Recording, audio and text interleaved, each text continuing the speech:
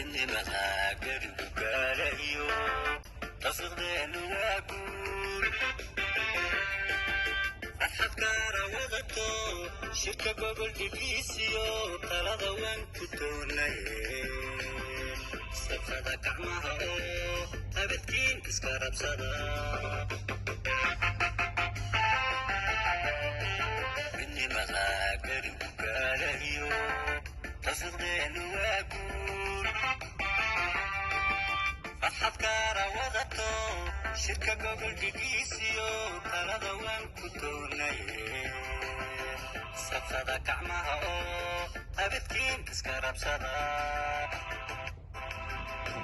بسم الله الرحمن الرحيم. halkan waa Saali Muslim Club waa goobta lagu qaban doono xafladda berito la qabanayo ee shirweynaha Gari Kombe dhammaan dadweynaha waxaan ogeysiinaynaa inay xilli hore imaadaan iyo soo degdegaan xafladda kulligiin waxaan idinku soo dhaweynaa gacmo furan saad u jeedaan wax walba waan meedin oo hagaajinay hoolkii waa habaysan yahay waa diyaarsan yahay kuraasta wax walba waa la diyaariyay